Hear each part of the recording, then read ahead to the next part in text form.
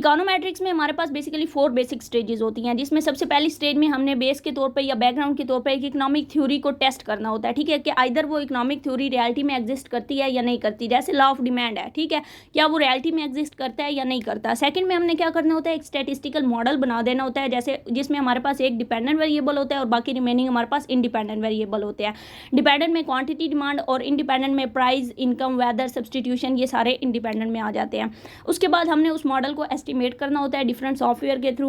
SPSS हो सकता है, स्टेटा हो सकता है, EViews, ये डिफरेंट सॉफ्टवेयर के नाम है, उसके थ्रू हमने उस मॉडल को एस्टिमेट करना होता है। देन फिर हम उस मतलब डाटा की नेचर देखते हुए उस पर एक टेस्ट अप्लाई करते हैं और वो टेस्ट के रिजल्ट हमें बताते हैं कि आइदर वो थ्योरी रियलिटी में एग्जिस्ट कर रही है या नहीं कर रही, ठीक है। उसकी वैल्यूज़ हमें बता देती हैं कि क्या प्राइस के इंक्रीज़ होने से वाकई क्वांटिटी डिमांड इंक्रीज़ होती है या नहीं होती, ठीक है। तो ये सारी डिटेल बेसिकली हम इकोनोमेट्रिक्स में चेक करते हैं कि जो हमारे पास इकोनॉमिक थ्योरीज दी गई हैं वो रियलिटी बेस हैं